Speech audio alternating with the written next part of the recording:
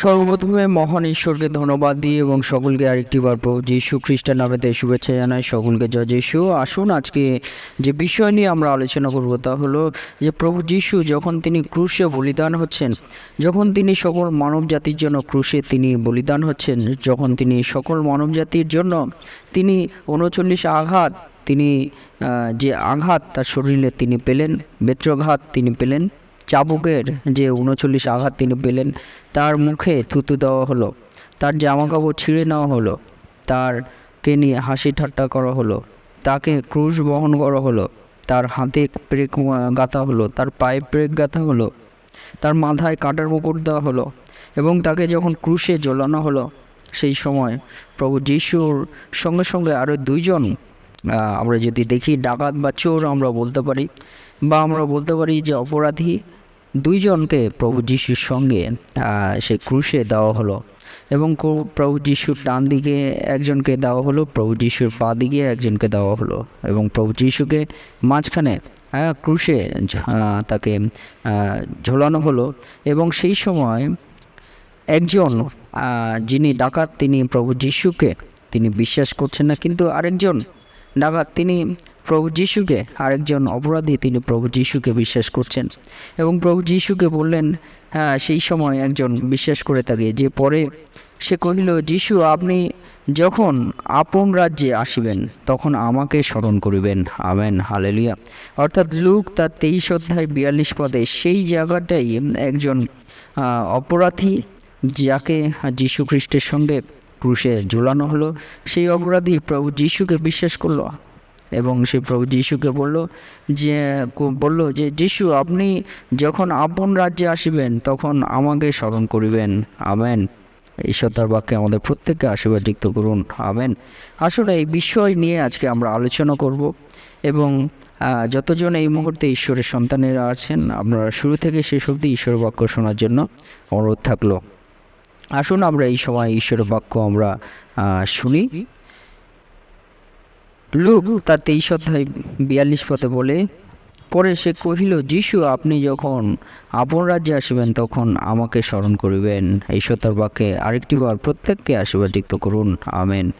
হে আমাদের স্বর্গীয় পিতা, আমাদের পরিত্রাণদাতা, আমাদের জীবনদাতা, আমাদের উদ্ধারকারী, পাপ হইতে তোমাকে ধন্যবাদ, প্রশংসা এবং গৌরব দিই প্রভু গো। আরেকটিবার এই সুন্দর সময় তুমি আমাদেরকে দিয়েছো, আর এই সময়ে তোমার মহানামের গৌরব, প্রশংসা এবং ধন্যবাদ দিই।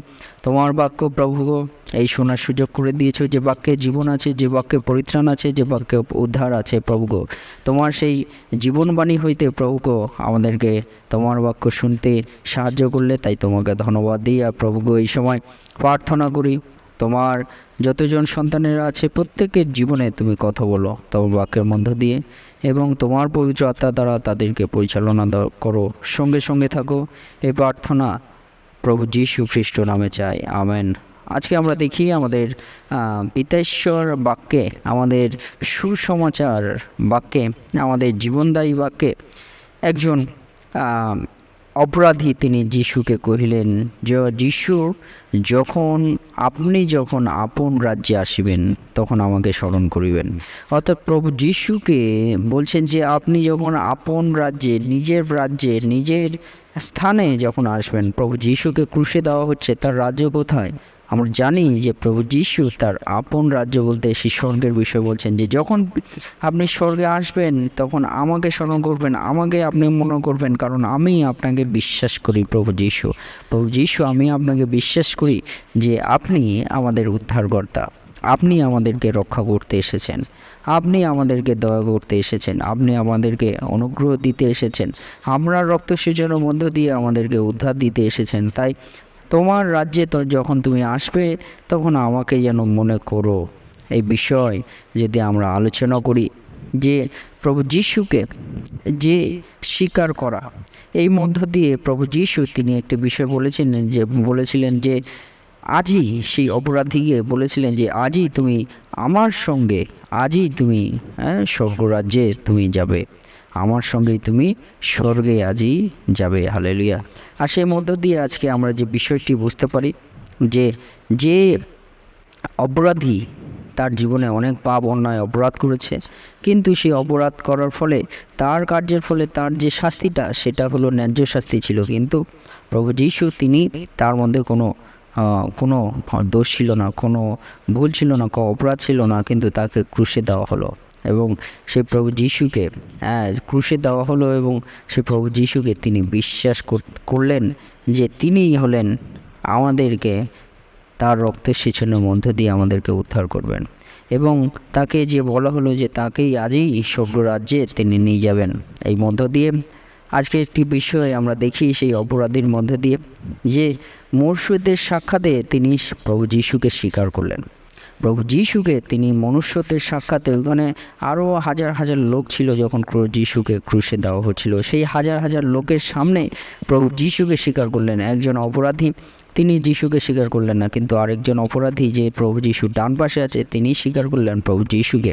আর সেই মধ্য দিয়ে, সেই স্বীকার করার মধ্য দিয়ে প্রভু যীশু তাকে কিন্তু উদ্ধারের রাস্তা দিলেন, স্বর্গে যাওয়ার সুযোগ তাকে করে দিলেন সঙ্গে সঙ্গে। হালেলুয়া। তাই আজকে বলতে চাই যে আজকে আমরা সিদ্ধান্ত নিই যে মনুষ্যদের সাক্ষাতে সেই অপরাধী যেমন যীশুকে স্বীকার করলো, সেই স্বীকার করার মধ্য দিয়েই কিন্তু তিনি স্বর্গরাজ্যে যাওয়ার অধিকার পেলেন। আজকে আমরা যদি দেখি লুক তার 12 অধ্যায় 8 পদে, আর আমি তোমাদিগকে বলিতেছি যে কেহ মনুষ্যদের সাক্ষাতে আমাকে স্বীকার করে, মনুষ্যপুত্র ঈশ্বরের দূতগণের সাক্ষাতে তাহাকে স্বীকার করিবেন। আমেন। হালেলুয়া। স্বয়ং যীশু খ্রিস্ট তিনি বলছেন, যারা মনুষ্যদের সাক্ষাতে আমাকে স্বীকার করে যে তাদের জন্য আমি উদ্ধারের জন্য, তাদের পাপ হইতে উদ্ধারের জন্য, তাদেরকে পরিত্রাণের জন্য আমি আসিয়াছি। আমি পরিত্রাণদাতা প্রভু যীশুকে যারা স্বীকার করে মনুষ্যদের সাক্ষাতে, সকলের সাক্ষাতে প্রভু যীশু কিন্তু তাদেরকে উদ্ধারের রাস্তা দেন, তাদেরকে পরিত্রাণের রাস্তা দেন, তাদেরকে কিন্তু সরিয়ে যাওয়ার রাস্তা দেন। তাই আমরা বাক্যে দেখি লুক তার 12 অধ্যায় 8 পদে প্রভু যীশু তিনি স্বয়ং বলছেন, আমি তোমাদিগকে বলিতেছি যে কেউ মনুষ্যদের সাক্ষাতে আমাকে স্বীকার করে, যে কেউ মনুষ্যদের সাক্ষাতে, যতজন আছে আমাদের পাড়া প্রতিবেশী, আমাদের সামনাসামনি যত লোক, আমাদের সঙ্গে সঙ্গে যতজন থাকে, তাদের সাক্ষাতে যদি আমরা স্বীকার করি প্রভু যীশুকে, প্রভু যীশুও কিন্তু তিনি আমাদেরকে স্বীকার করবেন, আমাদেরকেও স্বীকার করবেন যে এই হলো আমার সন্তান। হালেলুয়া। তাই এই প্রথম যে বিষয়টি, এই অপরাধী তিনি যীশুকে স্বীকার করলেন, সে মধ্যে দিয়ে আমরা কি শিক্ষা পাই? আমাদেরকেও প্রভু যীশুকে স্বীকার করার দরকার আছে। আমরা যেন লজ্জা না পাই, আমরা যেন যেখানেই থাকি না কেন আমরা প্রভু যীশুকে যেন আমরা স্বীকার করি যে তিনি আমাদের প্রভু, তিনি আমাদের উদ্ধারকর্তা, তিনি আমাদের মুক্তিদাতা, তিনি আমাদের রক্ষাকর্তা, তিনি আমাদের জীবনদাতা, পরিত্রাণদাতা। হালেলুয়া। তাই আসুন এই শিক্ষার বিষয়টি আমরা মনে রাখি যে আমরাও মনুষ্যদের সাক্ষাতে যেন আমরা যীশুকে স্বীকার করি। এবং 2 নম্বর বিষয় বলছে যে বিশ্বাস করে সে পরিত্রাণ পাবে। যে কেউ, এখানে কোনো রঙের বিষয় নেই যে কে সাদা কে কালো, কে দেখতে খারাপ কে দেখতে ভালো, কে শিক্ষিত কে কম শিক্ষিত, কে হলো স্মার্ট বা কেউ স্মার্ট নেই, এরকম যে কেউ হতে পারে। যার ভাষা যে কোনো ভাষা, বাংলা ভাষা হতে পারে, হিন্দি ভাষা হতে পারে, ইংরেজি ভাষা হতে পারে, যে কোনো ভাষা হতে পারে, আসামি ভাষা হতে পারে, বিভিন্ন ভাষা, যার যার ভাষা আছে, আরবি ভাষা, গ্রিক ভাষা, উর্দু ভাষা, যে কোনো ভাষার লোক হোক না কেন, যে কেউ তাহাকে বিশ্বাস করবে সে পরিত্রাণ পাইবে। যেমন সেই অপরাধী তিনি ক্রুশে বলিদান হওয়ার সময় তিনি যীশুকে বিশ্বাস করলেন এবং বিশ্বাসের মধ্য দিয়ে পরিত্রাণ পেলেন। তাই প্রভু তিনি আমাদেরকে বলেন যে যারা আমরা প্রভু যীশুতে আমরা বিশ্বাস করব তার আমরা পরিত্রাণ আমরা পাবোই পাবো। হালেলুয়া। কারণ এটা স্বয়ং প্রভু যীশু তিনি আমাদেরকে বলেছেন। তাই আমরা বাক্যে দেখি যে লেখা আছে প্রেরিত 16 অধ্যায় 31 পদে, তারা কহিলেন তুমিও তোমার পরিবার প্রভু যীশুতে বিশ্বাস করো, তাহাতে পরিত্রাণ পাইবে। আমেন। আমরা যদি প্রভু যীশুতে বিশ্বাস করি আমরা পরিত্রাণ পাবো। তাই পরিত্রাণ পেতে গেলে, স্বর্গে যেতে গেলে আমাদেরকে কি করতে হবে? আমাদেরকে প্রভু যীশুতে বিশ্বাস আমাদেরকে করতে হবে। 3 নম্বর বিষয়, আমরা যদি মুখে স্বীকার করি, হৃদয়ে বিশ্বাস করি। আমরা এই যে মনুষ্যদের সাক্ষাতে স্বীকার করা, অর্থাৎ সেই স্বীকার করাটা কেমনভাবে আমরা স্বীকার করব? আমরা কি বলবো হ্যাঁ আমি যিশুকে বিশ্বাস করি, কিন্তু বলছে মুখে আমাদেরকে স্বীকার করতে হবে, মুখে আমাদের ভাষা ব্যবহার করতে হবে, হ্যাঁ আমি প্রভু যিশুকে আমি বিশ্বাস করি এবং হৃদয়ে আমি বিশ্বাস করি এবং মুখে আমি স্বীকার করি যে প্রভু যিশুই আমার প্রভু। হালেলুয়া। যখন আমরা সেইভাবে আমরা স্বীকার করি, তিনি আমাদেরকে পরিত্রাণ আমাদেরকে দেন এবং সেই মধ্য দিয়ে বলেন যে আমাকে বিশ্বাস করবে সে আর লজ্জিত হইবে না। হালেলুয়া। অনেকে আমরা প্রভু যিশুকে বিশ্বাস করে সকলের সামনে যদি আমরা বলি আমরা লজ্জা পাবো, এই লজ্জা ভাব আমাদেরকে থাকবে না, কারণ আমাদের প্রভু পবিত্র, আমাদের প্রভু স্বচ্ছ, আর সেই প্রভুকে আমরা বিশ্বাস করলে কোনোদিন লজ্জার মধ্যে দিয়ে আমরা পড়ব না। তাই রোমিও 10 অধ্যায় 9, 10, 11, 12 পদ, 13, 14 পদ অবধি বলে, কারণ তুমি যদি মুখে যিশুকে প্রভু বলিয়া স্বীকার করো এবং হৃদয় বিশ্বাস করো যে ঈশ্বর তাহাকে মৃতগণের মধ্য হইতে উত্থাপন করিয়াছেন, তবে পরিত্রাণ পাইবে। কারণ লোকে হৃদয়ে বিশ্বাস করে ধার্মিকতার জন্য এবং মুখে স্বীকার করে পরিত্রাণের জন্য। কেননা শাস্ত্র বলে যে কেহ তাহার উপরে বিশ্বাস করে সে লজ্জিত হইবে না, কারণ যিহুদি ও গ্রীকে কোনো কিছুই প্রভেদ নাই। কেননা সকলেরই একমাত্র প্রভু, যত লোক তাহাকে ডাকে সেই সকলের পক্ষে তিনি ধনবান। কারণ যে কেহ প্রভুর নামে ডাকে সে পরিত্রাণ পাইবে। তবে তাহারা যাহাতে বিশ্বাস করে নাই কেমন করিয়া তাহাকে ডাকিবে? আর যাহার কথা শুনি নাই কেমন করিয়া তাহাতে বিশ্বাস করিবে? আর প্রচারক না থাকলে কেমন করিয়া শুনিবে? Amen, hallelujah. আজকে যে আমরা এই যিশুকে আমরা বিশ্বাস আমরা করব, মুখে আমরা স্বীকার করব, সেটা কীভাবে সম্ভব? প্রচারক যদি না থাকলে আমরা শুনবো কী করে ঈশ্বর বাক্য? তাই প্রচারকের বাক্য যে প্রচার সেটা আমাদের শোনা দরকার আছে। সে মধ্য দিয়ে আমরা ঈশ্বরের বাক্য আমরা যখন আমরা শুনতে পারবো প্রচারকের মধ্য দিয়ে, তখন আমরা কিন্তু আমাদের মুখে স্বীকার এবং হৃদয় বিশ্বাস আমাদের তৈরি হয়। এবং সে বলতে চায়, তোমরা কি জানো না যে যারা অধার্মিক তাহারা কারা ঈশ্বরের রাজ্যে প্রবেশ করতে পারে না? এবং কারা ঈশ্বর রাজ্যে প্রবেশ করতে পারে? আমাদের প্রভু যিশু, তিনি কি বলেন? যিশু খ্রিস্ট যখন তিনি ক্রুশে বলিদান হচ্ছেন, তখন দুইজন অপরাধী তারা নিজেদের যে অপরাধ করেছেন সেই অপরাধের ফল অনুযায়ী তারা শাস্তি পেয়েছেন, কিন্তু সেই অপরাধীরা তারা তো অপরাধী, কীভাবে তারা পরিত্রাণ পাইল? অর্থাৎ কারা পরিত্রাণ পেতে পারে, কারা পরিত্রাণ পেতে পারে না, সে বিষয়গুলো আমরা যদি দেখি প্রভু যে ঈশ্বর বাক্য থেকে 1 করিন্থীয় 6 অধ্যায় 9 থেকে 11 পদ, তোমরা কি জানো না যে যারা অধার্মিক তারা ঈশ্বরের রাজ্যের অধিকার লাভ করবে না? তোমরা বিভ্রান্ত হও না, কারণ যাহারা বিবাহ বহির্ভূত সংসর্গকারী তারা কিন্তু ঈশ্বর রাজ্যে প্রবেশ করবে না। অর্থাৎ যারা পরকীয়া ব্যভিচার করে, পরকীয়া, বিবাহ হয়ে গেছে কিন্তু অন্যের সঙ্গে সম্পর্ক করছে, তারা কিন্তু ঈশ্বর রাজ্যে প্রবেশ করতে পারবে না। ও যে প্রতিমা পূজক, যারা প্রতিমা পুজো করছে তারা ঈশ্বর রাজ্যে প্রবেশ করতে পারবে না। যারা ব্যভিচারী করে তারা কিন্তু ঈশ্বর রাজ্যে প্রবেশ করতে পারবে না। যারা গণিকা অর্থাৎ সমকামী, আমরা যদি বলি সমকামী, সেই সব কার্য যারা করে তারা হলো ঈশ্বর রাজ্যে প্রবেশ করতে পারবে না। যারা চোর, যারা লোভী, যারা মদ্যপ বা কুৎসা